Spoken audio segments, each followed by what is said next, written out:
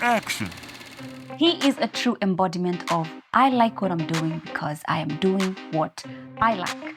When God said, let there be light, this man took it personal. Ladies and gentlemen, I am introducing Gregory Kiwo. Welcome to Real Talk.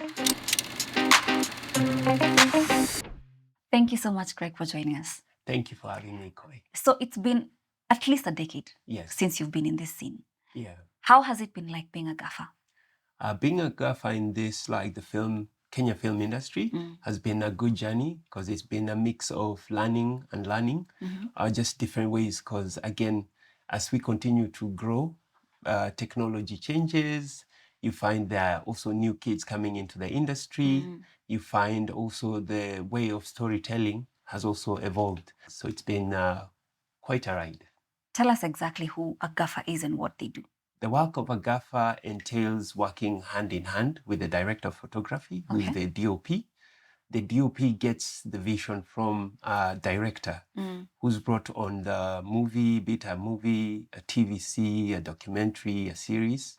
So for them, since they have the vision, they'll be like, oh, for this one, I would want it to be maybe if you're doing, depending on the genre, if you're doing a comedy, if you're doing a horror, if you're doing an action film, if you're doing a drama, timepiece. So you'd be like, I would want it to look like this. So from a gaffer's perspective, you would need to lock in to see how to like help the DOP get to where he's going in terms of the look. Now your language would be lighting, like light placement, and how do you shape the light to get the look and feel that the project requires. You've talked about working hand in hand with a DOP. Yes. You are also a DOP. How did you get from being a gaffer to being a DOP?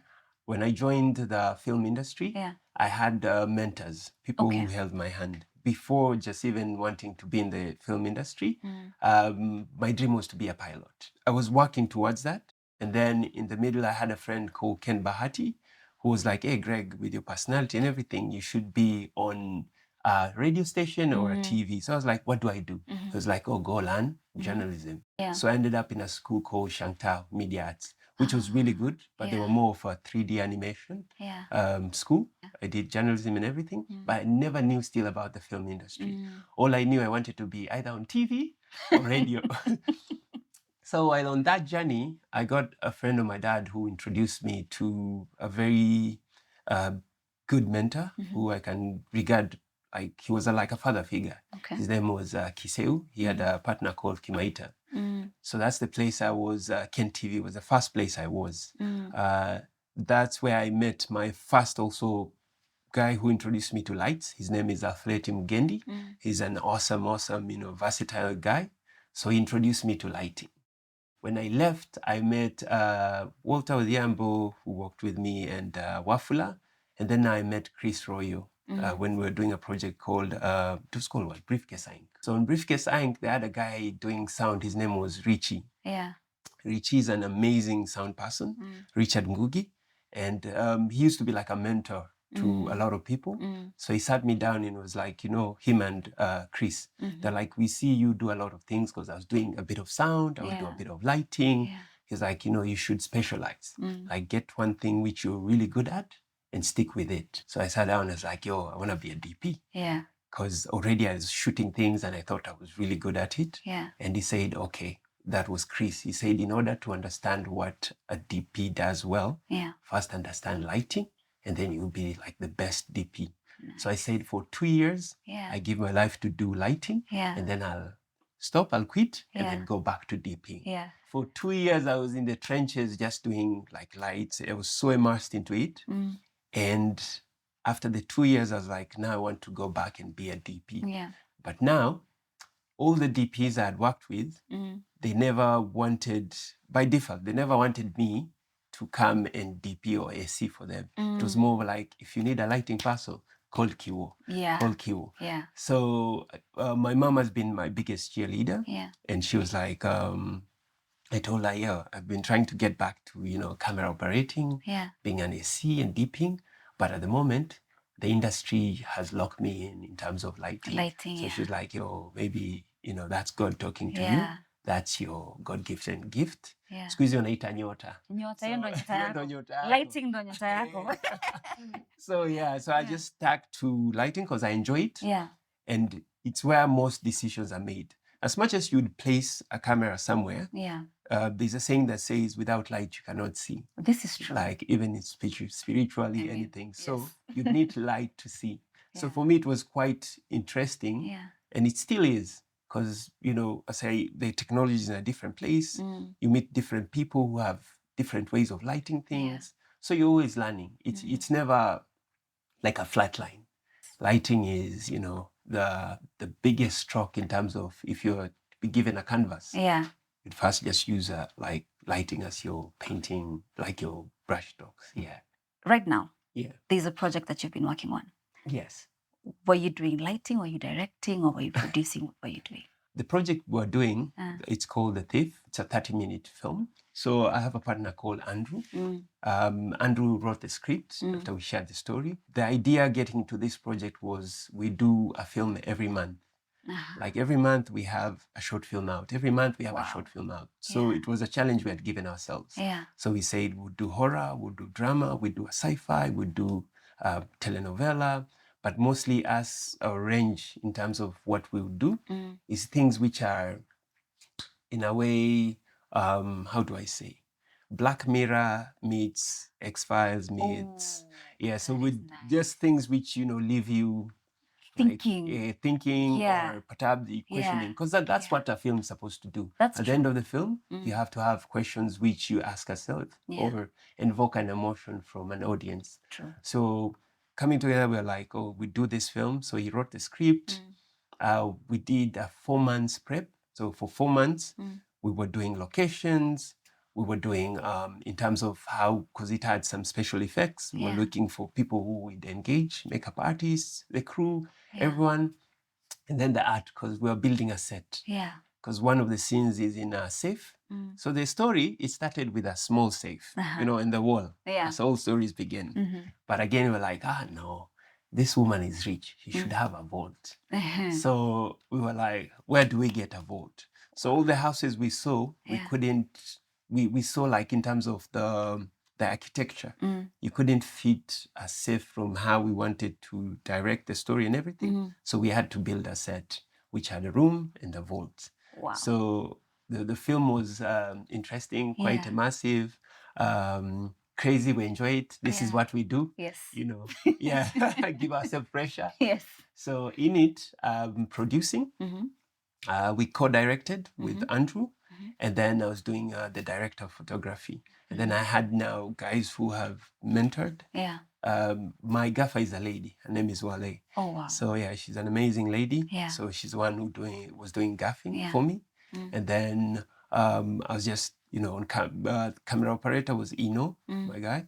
So for me, it was more of, treatment of the picture. I'm like, to some extent, I'm a perfectionist. To some extent. To some extent. Okay. No, I'm a perfectionist. But over time, I came to know, like, when you are so keen and in tune with what you do, you tend to waste a lot of time when you're trying to, finish things, get them to there. Yeah. So I had to, like, dial down on that. Bit. Yes, so that, you don't also find, like, in production, time is money. Literally. Yes. Quite. Yes. Yeah. So for us, it's a short film. Yeah. It's self-funded. That's the other thing. Wow. You have people on set and you're looking at, how do we get in, get the story done and get out. So so I was the producer, director of photography. And also in terms of just the co-directing. Yeah. Yeah. So what are the challenges that you have faced as a gaffer over the years? For me, my forte is film. So right now, like in the Kenya film industry, we don't do enough films. It's not by, I think it's more of a business model kind of, because you have to think, even us now, we're in that, how do you market, how do you get back your money after doing a film? So in quotes, but not me saying, like someone can say there's no money in film.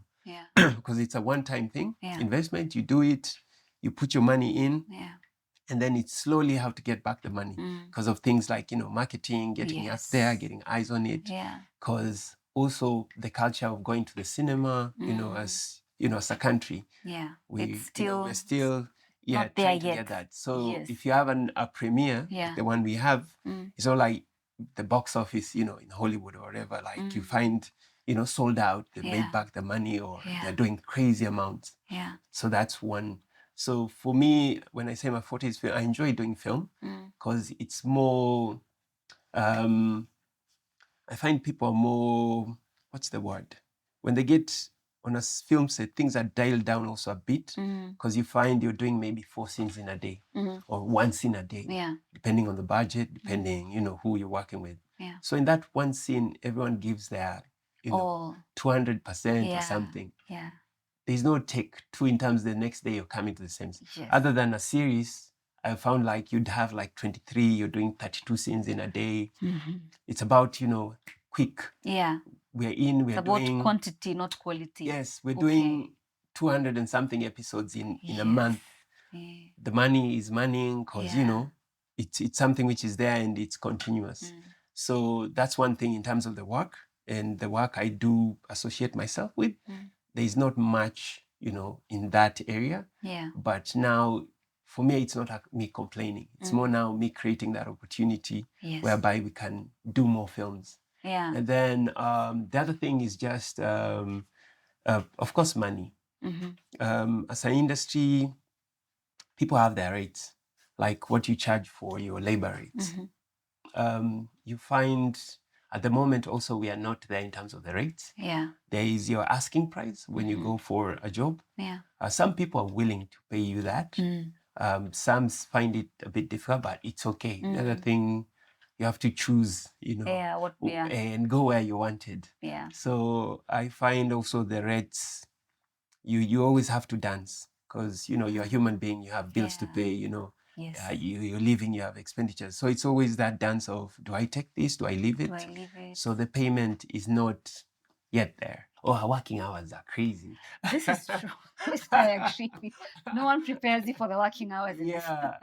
Before, like when I started out in the film industry, Yeah. would shoot like, from day, evening, when the sun sets, it's a wrap. Yeah. Because the series we're doing, it was, day scenes, you'd have the exteriors, whatever. Yeah. As I got more, like I say, as I, got higher on the ranks, I'm coming from best boy, Nini just moving up.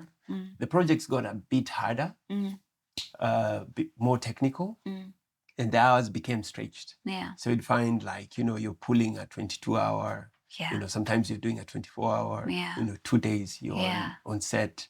And it's crazy, you never get enough sleep. But at the end of the day, it's the joy of seeing that thing done. And you're like, oh, we did that. Yeah. And you forget all that pain. Yeah. All that, It's all worth it at the end of the day. Your eye bags. Yeah. So, the hours are crazy. Yeah. I don't know what can be done in terms of our working hours. I enjoyed time of Corona when it was just ending. Yeah. And we were getting back to, the country was getting back to work and guys were getting back to filming. So you've been called me, let's say, for a commercial. Yeah. Let's say a commercial, they'll do 18, 19 or the 20 hours. Yeah. But now they had to do because of the curfew. Yes. So it'll be like, it's 6, 7 guys. They We need like, to yo, go. we need We to gotta go. go. Everyone in there. I used to enjoy that. I was like, oh yeah, actually we can do this thing, eh? Yeah. People can actually keep time. I used to see and I'd be like, Do you think maybe the working hours are being dictated by budgets? Budgets dictate a lot. Yeah. But also it depends in terms of whenever you have a bigger crew, you have a bigger footprint in an area. So it's about managing a lot of human beings. Yes. Imagine if you have a brother and a sister, you being in one space, getting along is very hard. Now imagine you brought 200 people and they have to get along. They have to, marry their skills. Yes, in harmony somehow. Yes. Yeah. And then in a disciplined set, everyone has their time. Yeah. So let's say, for example, I'd give an example. If this is a scene, you'd have the director walk in, do their blocking, talk to the actors, and then they would say, actors go for makeup, wardrobe, blah, blah, blah. The checks then, and whatnot. For us, crew would come in lighting, would do the light while the art is doing their thing, would do the setup, and then when they're done, they would bring either stand-in or the actors would come back. Since I've lit for the set, I would now be like, okay, direct your lights too. now the character where they're standing, nini, final touches, final call, and then we roll. Okay. But sometimes, you find, it's quite chaotic. Yes. Everyone wants to do everything at the same time. So makeup wants to touch you, wardrobe wants to touch you, the director is talking. Yeah. So you spend a lot of time in that span, but in a very orderly, disciplined set or world, film world. Yeah. You'd have time for everyone. Yeah. But now you find everything starts with the AD. I believe the first assistant director. Yeah. You find if you don't have someone who has their time locked in, they lose a lot of time on their side. And it's more shouting, you leave the set with chaotic. A headache. Yeah, it's chaotic. And the other thing is, again, determined by the individuals you bring. Some people are very in tune with their work. Yeah. So, and they're very, keyed in. So someone wouldn't let something just go. You know, if your makeup is off, someone will be like, yo, so you have to hold. I have to come and adjust. Yeah. It is only right to let them do that because at the end of the day, it's their name on the job. So yeah. So now we've talked about resources. Yes. How do you manage your resources as a producer, a DP, as a CEO of a company? So is it that you have something else on the side other than film, or you just fully focus on film to fund everything or other manage your resources? What I've learned over the years, even for all human beings in all walks, you always need a +1 business-wise. For me, I'll be very honest, I've tried farming. That always trying to see where to invest. But as a filmmaker, my work entails me being on set throughout. Yeah. So what I learned earlier on in terms of habits, because for me, I'm a go-getter. Yeah. So I learned in terms of, when I came to know, when January starts, everyone is broke. Yes. Everyone, maybe waiting on payments, and that also thing of delayed payments. Yeah. You've done work, you've been told 45 days, wait for a check. Yeah. 2 weeks. 90 or days. 90 days. Or you find kuna mtu tu alikuosha tu for some good reason or bad reason, you don't know. So I found I would lose a lot of money in a year. I would have worked so hard, you have done maybe 10 projects. And then you can't account for much of it. Yes. You're I'm worth 3 million, but you don't have the 3 million.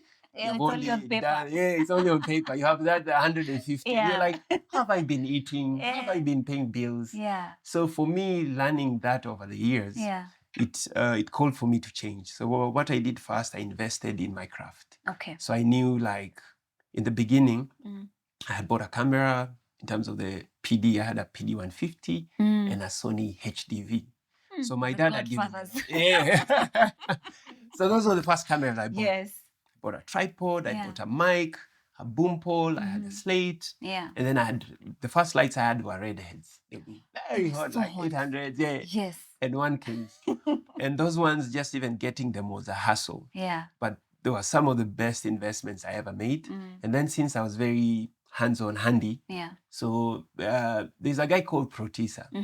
Uchomelea vitu.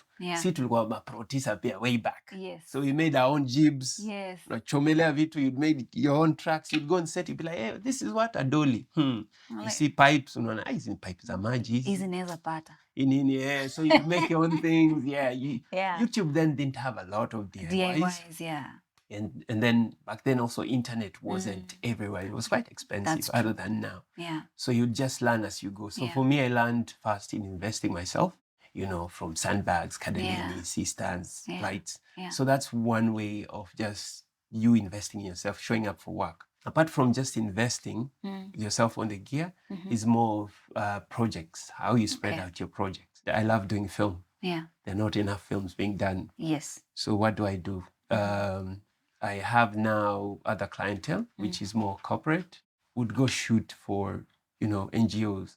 So being in that circle, that's where the other money is. And then I'll take that money and I'll be like, what project do I want to do? Where can I reinvest this money? Yes. Okay. So it's more now me creating an opportunity for the film. Okay. So taking this money and putting it back. Now for film, as I say, now getting back the money, it's hard. It's hard. Yeah, but again, it's more of, it's for the love. I love it. So you just put in the money and you get it done. And you're like, so investing in yourself is the first thing. My partner, Andrew, has his own cameras. So it's also made the work easier. So for us, when we partnered to do this film, he came in with the camera gear, the lenses, everything. I came in with the lights, the grip. We had a sound guy called Ali. He came in the mixer and everything. Yeah. And then the makeup person came with the kit.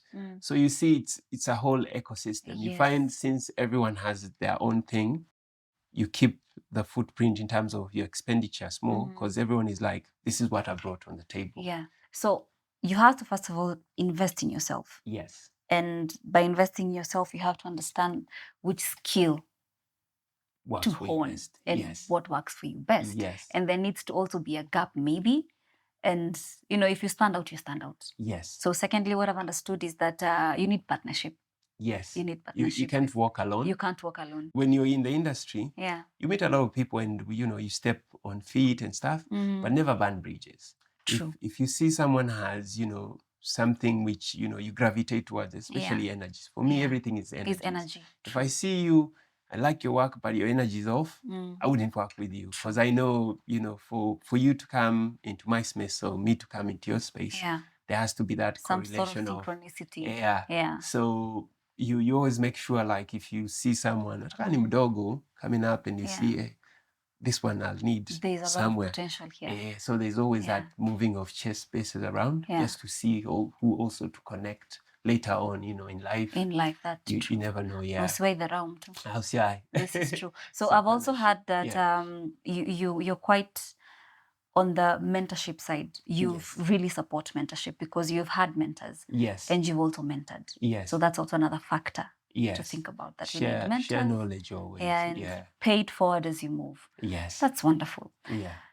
Lovely. Now, we have a tradition here. Yes. Where we play a game where you win absolutely nothing. That's what's but you might win something.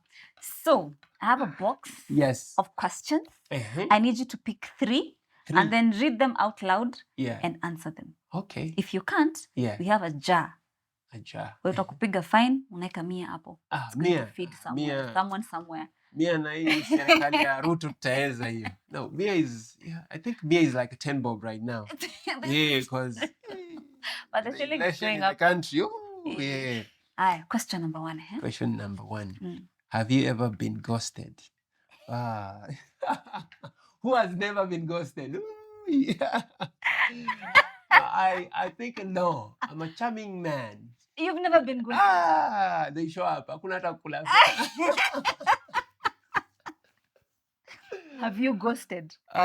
Ghosted, no. I'm a very, how do I say? I've never ghosted. Okay. Yeah, I'm a gentleman. That's a mix. Good. I'm a mix of bittersweet. Yeah. But I would rather say no or something else other than, or give an excuse. I'll be like, I'm on set. Yeah. Yeah, or something. But I would say, but I would show up. You've been on set for the past 1 month. Yeah. That's ghosting.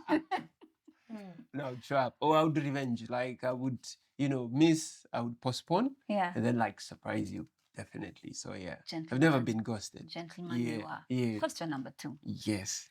Oh, dangerous. Have you ever ghosted anyone? Oh, there we go. Yeah, wow. You see? And it's a different box. Energies. Yeah, it's across. Yeah. Oh my goodness. Okay. I think I'll pick 2 more then. Okay. Yeah. Have you ever role played? Ooh. Role played in film? No. No? Yeah, I've never role played. Yes. Okay. You're actors. You're actors. Yeah. Though I would love to. I'm open to opportunities. Oh, yeah? Any day and time. Yeah. Just mean a suit up or handyman or something.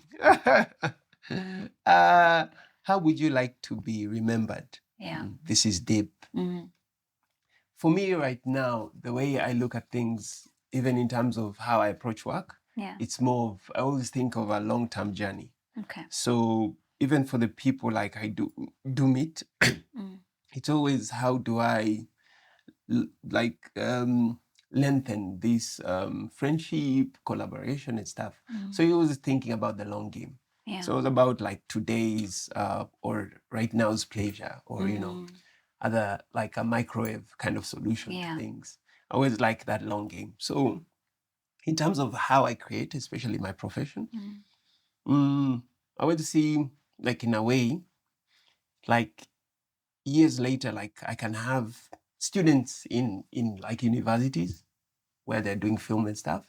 They can look at my work and be like a study thesis. And, you know, the way you're being, oh, Hitchcock, or, you know, like Gregory go study his name. So this is by a Kenyan, Gregory Kiwo. He did his film, dissected. So I would like to be at that level where people can, you know, relate and, you know, craft with my work in a way and be like, hey, there's this guy who did ABCD, and he added value to the industry in this way or that way. I guess everyone is on that journey. A lot of the people in the film industry are on that journey. And, you know, it's everyone trying to push and pull for the good of our industry. So everyone wants to be remembered. Now the how is the different part. So for me, I always want, like years later, 10 years, 20 years, like when the kids are in the class and they're doing, you know, a projector is put up, a film is put up, or whatever, they're like, oh, Kiwo Maole did this, and they're dissecting it. I'll be like, yo, I've been in heaven, inshallah, maybe. Like, yo, that's my work. Well, keep doing what you're doing. It's amazing. I'm a big fan. And thank you so much for joining us today. Hey, thank you for having me. It's been a pleasure. It's been amazing. It's been awesome. I love this set.